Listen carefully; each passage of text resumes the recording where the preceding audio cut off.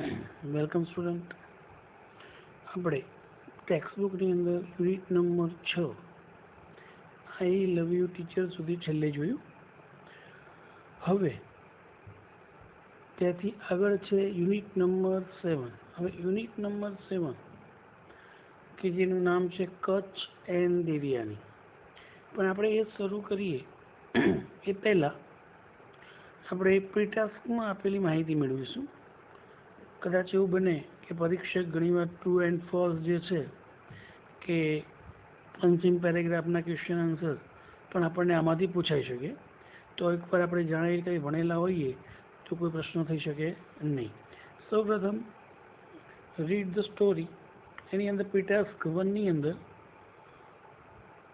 લખ્યું છે Y the એશમેન. એશમેન, ash મતલબ શું થાય? રાખ. રાખમાંથી બનેલો માણસ. રાખ એટલે આપણે લાકડાઓ સળગાવીએ અને ત્યાર પછી જે પણ લાસ્ટમાં વધે છે એને આપણે એશ કહેતા હોઈએ છીએ, રખ્યા અથવા તો રાખ. ત્યારબાદ જોઈએ તો કે વન્સ આપણને એક સ્ટોરી આપેલી છે.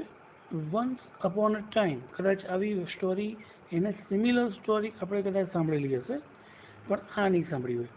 વન્સ અપોન અ ટાઈમ, એકવાર એક સમયે, બ્રાહ્મણ મતલબ બ્રાહ્મણ, નેમેડ અગ્નિસ્વામી, lived in બ્રહ્મસ્થલ on the bank of the Yamuna. Bank of the Yamuna. કોણ કહે છે? અગ્નિસ્વામી નામના એક બ્રાહ્મણ બ્રહ્મસ્થળની અંદર યમુના કિનારે રહેતા હતા. he had a beautiful daughter. આપણે મોસ્ટલી વાર્તાઓમાં સાંભળ્યું હોય કે એક બ્રાહ્મણ હતા, એમને સુંદર કન્યા હતી. એ પ્રમાણે કહે છે અગ્નિસ્વામીને પણ કહે છે he had a beautiful daughter called મંદરવતી. શું નામ છે? મંદરવતી. with the passage of time, with the passage of time મતલબ સમય પસાર થતા, she became, સમય પસાર થતા she became, એમને કહે છે એક સુંદર છોકરી હતી અને સમય થતા કહે છે she became mature. મેચ્યોર મતલબ પરિપક્વ થવું. ઇનફ કેટલી પરિપક્વ? ટુ ગેટ મેરીડ, લગ્ન થાય કે છે એટલી એની ઉંમર થઈ ગઈ છે. 3 યંગ મેન, 3 યુવાન માણસો કે છે પુરુષો, કેમ ફોર હર હેન્ડ, એના માટે લગ્ન માટે 3 યુવાનો કે છે આવે કે છે એની સાથે લગ્ન કરવાની ઈચ્છા રાખીને. But her father approved none of them. પણ કહે છે કે એના પિતાશ્રીએ મતલબ અગ્નિસ્વામીજીએ 3માંથી એક પણને પસંદ કર્યા નહીં. સો they stayed there waiting. તેઓ કહે છે ત્યાં જ રોકાઈને રાહ જોવા લાગ્યા.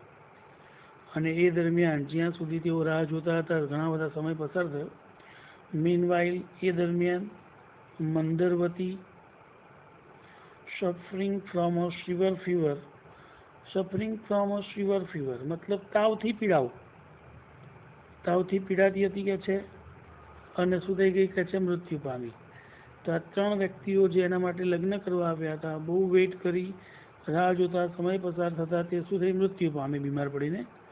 ધ સેડ યંગ મેન, અને આ 3 જે દુઃખી યુવાનો હતા કે છે performed her final ritual. The said young man performed her final, આ યંગ યુવાન જે હતા કે છે એમને એને અંતિમ ક્રિયાઓ કે છે કરી. After that one of them, આ 3 હતા એમાંથી એક કહે છે, કયો એવું નથી કહ્યું આપણને. After that one of them made there a હર્મિટેજ, અને એમાંથી એકે તો શું કર્યું કે છે ત્યાં જ હર્મિટેજ મતલબ આશ્રમ બનાવો. And began to leave preserving her ash. Preserving her ash, ash મતલબ એની જે રાખ હતી કે છે એનો સંગ્રહ કરીને એને સાચવતા કે છે ત્યાં જ એને ઝૂંપડી બનાવી, આશ્રમ બનાવીને રહેવા લાગ્યો. અને બીજો ધ સેકન્ડ વન, બીજા એકે શું કર્યું? ટેકિંગ હર બોન્સ, એના હાડકાઓ લઈને કે છે અસ્થિ લઈને રીચ ધ ગંગા, ગંગામાં વહેવડાવ્યા.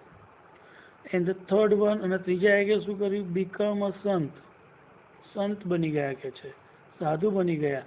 એન્ડ વેન્ડર્ડ, વેન્ડર મતલબ રખડવું કે ભટકવું, wandered the place of pilgrimage of the country, અને દેશના પિલગ્રીમેજ ધાર્મિક સ્થળો ઉપર કે છે ભ્રમણ કરવા લાગ્યા એમ. તો આ પ્રમાણે ત્રણેય યુવાનો એના સાથે લગ્ન કરવાની રાહ જોઈ, પણ સમય પસાર થતાં મૃત્યુ પામી, અને આ પ્રકારે તેઓએ ત્રણ મૃત્યુ પામ્યા પછીનું કાર્ય કર્યું. વન્સ, એકવાર, a young man happen to be a guest of a Brahmin, આ ત્રણમાંથી કે છે એક યુવાન એકવાર એવું બને છે, બી અ ગેસ્ટ ઓફ, એક જગ્યાએ મહેમાન બને છે, પણ કોનું, ગેસ્ટ ઓફ અ બ્રાહ્મણ, એવા એક બ્રાહ્મણનો કે છે એ મહેમાન બને છે. વુ ન્યૂ સંજીવની વિદ્યા, કે જે બ્રાહ્મણની મુલાકાતમાં ગેસ્ટ લઈને જાય છે એ બ્રાહ્મણ શું જાણતા હતા કે છે, સંજીવની વિદ્યા. હવે તમને કદાચ ખ્યાલ હોય તો તમને ખ્યાલ હોવો જોઈએ કે સંજીવની વિદ્યા જાણનાર ઋષિ કોણ.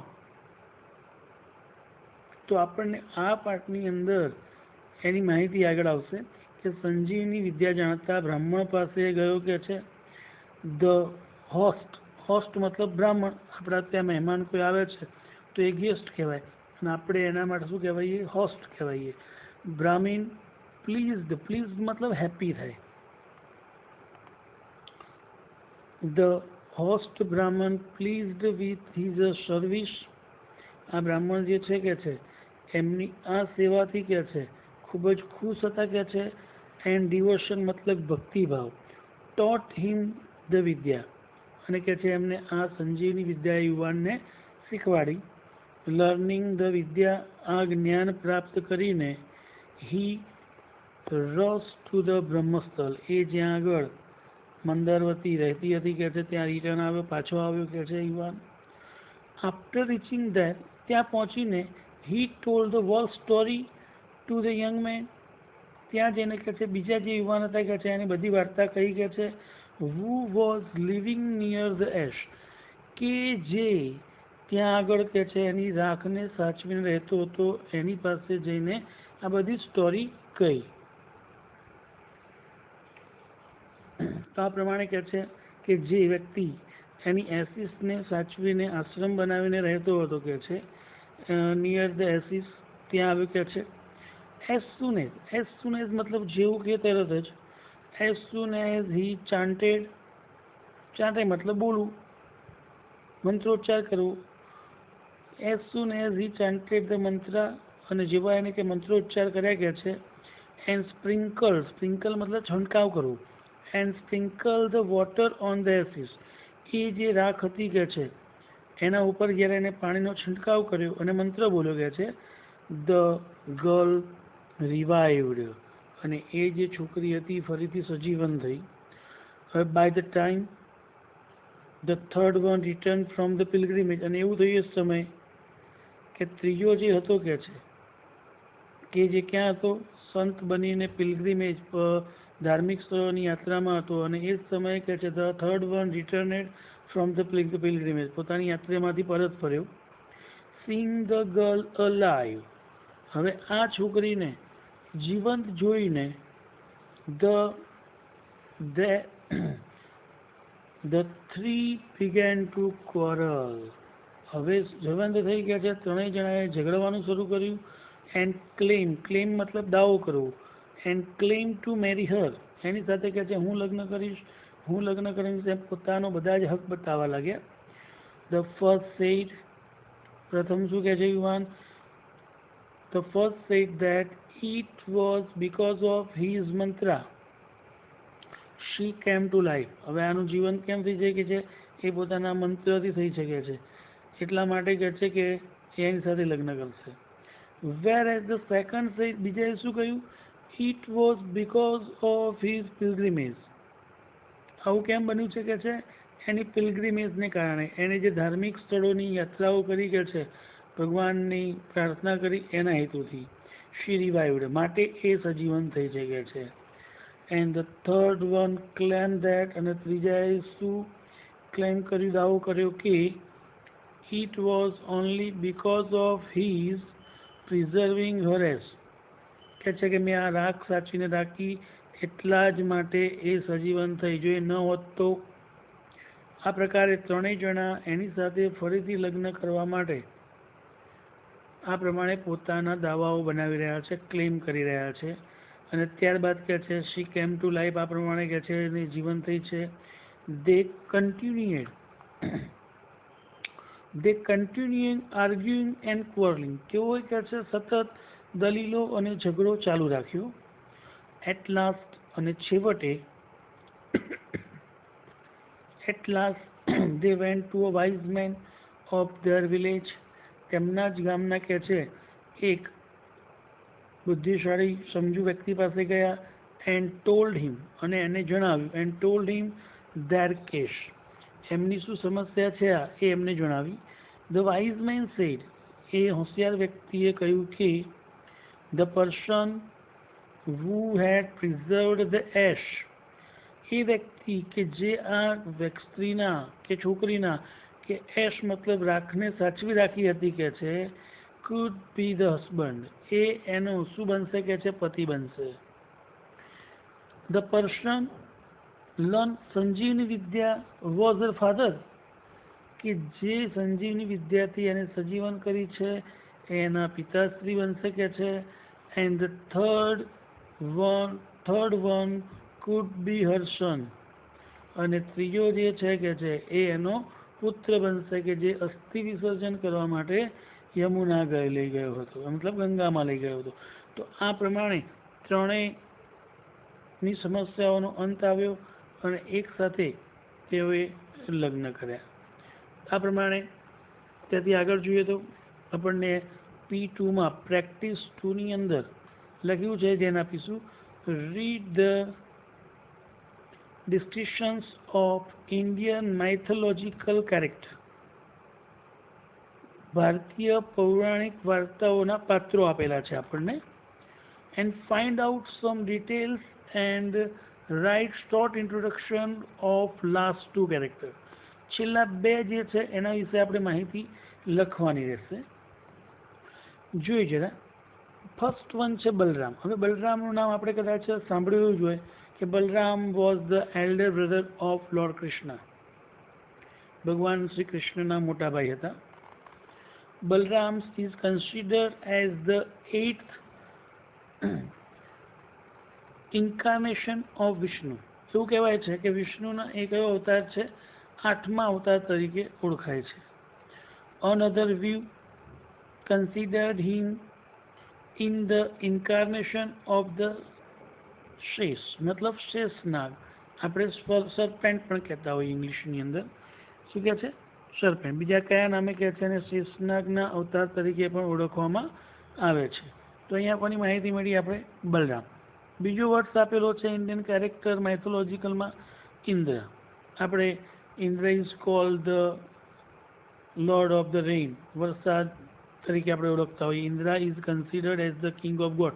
એક આ તો ખરું જ કે છે કે ભગવાનનો દેવોના દેવ, Kings of God.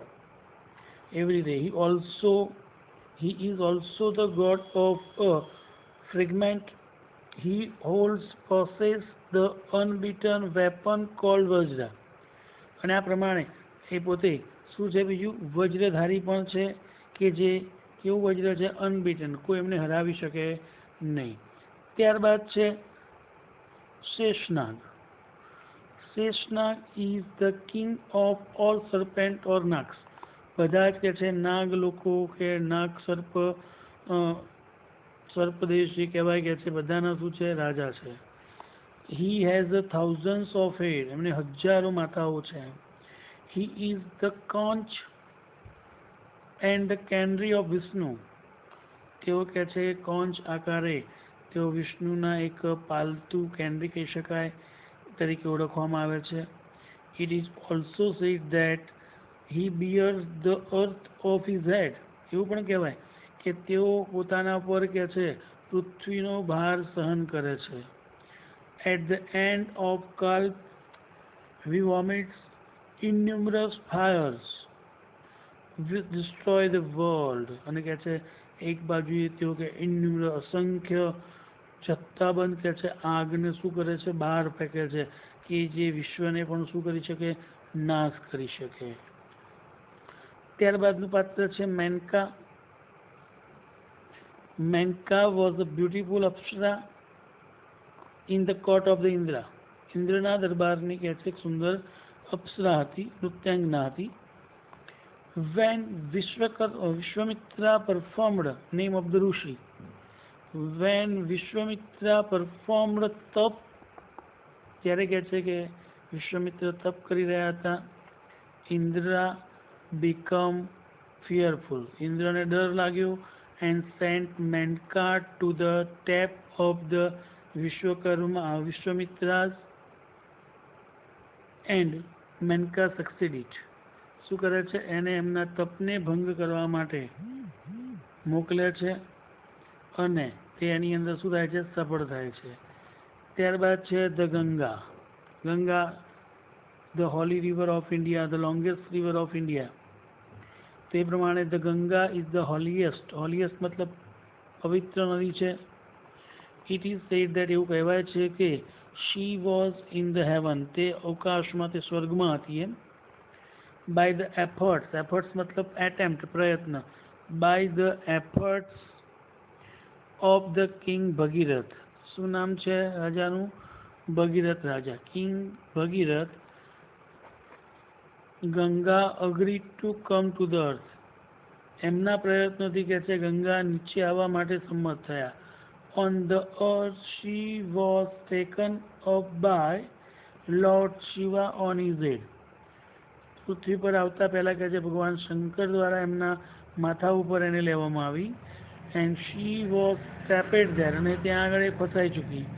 And when she asked for forgiveness, અને જ્યાંને કહે છે માફી માગી કે છે લોર્ડ શિવા રિલીઝડ હર, ત્યારે ભગવાને શંકરે એને શું કરી, મુક્ત કરી કે છે. So it is said that Ganga flow from the head of the Krishna. માટે એવું કહેવાય છે કે ગંગા જે છે એ ભગવાનના જટાઓમાંથી ફ્લો થાય છે કે નીકળે છે. ત્યાર પછી આપણને પાત્ર આપવામાં આવ્યું છે અંગદ. અંગદ તો આની અંદર જેમ બધામાં આપણને માહિતી મળી છે એમાં આપણે અહીંયા લખી શકીએ. તો હું બોલીશ, બધા ધ્યાન આપીશું ને પછી લખીશું. Angad is the son of the Vali. Vali and Sugriva, બે નામ આપણે સાંભળ્યા હશે. It is the princess, is the prince of the valley, એનો રાજકુમાર હતો. her uncle's name is Sugri. he was a very brave soldier and warrior. he went to the court of the Ravans and condition, and no one can move his leg, even the Ravan. તો આ પ્રમાણે એમાં આપણે વાક્ય લખી શકીએ. ત્યારબાદ આપણને માહિતી આપી છે Ashwatthama. Ashwatthama was the son of the Drona, Guru Drona. He has a blessing, no one can beat or kill him. એને ના કોઈ મારી શકે કે ન એનાથી કોઈ હારી શકે, મતલબ એનાથી કોઈ જીતી શકે. તો આ પ્રમાણે અશ્વત્થામા વિશે આપણે આટલા વાક્યોમાં પણ લખી શકીએ. Thank you.